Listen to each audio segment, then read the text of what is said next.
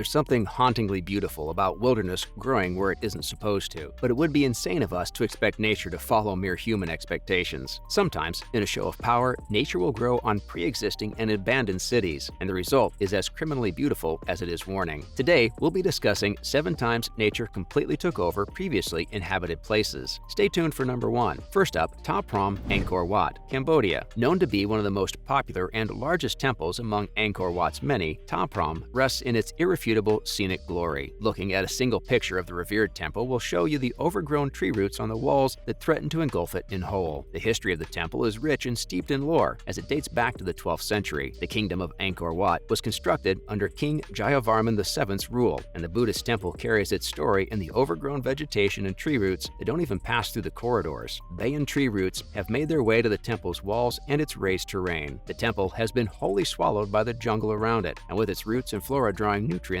from the ancient walls. All this to say, the temple is still considered to be a sacred monument of Buddhist history and can be easily accessed by visitors. These visitors are allowed to look at through the courtyards, but some areas, such as the famous crocodile tree, has been sectioned off by visitors for preservation. Next is in Sydney, Australia. Have you ever heard of a floating forest? Well, you're going to now. If you've ever been to Sydney, Australia, chances are the Harbourfront, Sydney Opera House, and Bondi Beach are someone on your touring list. But many are unaware of the true delight resting in the middle of the Homebush Bay. The magical floating forest, as it is often referred to, has no actual magic inside it, allegedly so. But when you look at it, the first thing you might think of is a fairy tale come to life, one that takes place in nature, like Peter Pan. The SS Airfield is a ship that has rested abandoned in the bay since the 1960s and has gradually become a popular tourist attraction of its own. The abandoned ship, with over 6 decades of vegetation, trees, and bushes overgrown on top of it, is at least 100 years old, and some might say that the tree being overrun by nature to such an extreme degree is another shot at life for the old ship. The SS Airfield is a remarkable sight, a beautiful forest growing on top of an old abandoned ship in the middle of Sydney Harbor, providing a stunning juxtaposition to the lively city nearby. Up next, Hutuan, China. Hutuan Village on China's Shenzhen Island is one of the best examples of what happens when a place in nature is left to its devices. In the 90s, the residents of this village left for the mainland gradually, looking for better food reserves to provide for their family since Hutuan's seafood supply began to decline. The fishers left the hilly isle, and not even 3 decades later, the village and all of its modernities have been completely taken over by vegetation. It's absolutely insane to think about because not even a decade before it was fully abandoned, Hutuan housed approximately 3,000 residents and fishers. Now, some fishers return to the village and give tours. The houses, covered in green shrubbery and vegetation, when peeked inside, reveal a museum-like scene. Human architecture is on its way to deterioration in the village, which is also why some of these buildings are not considered safe,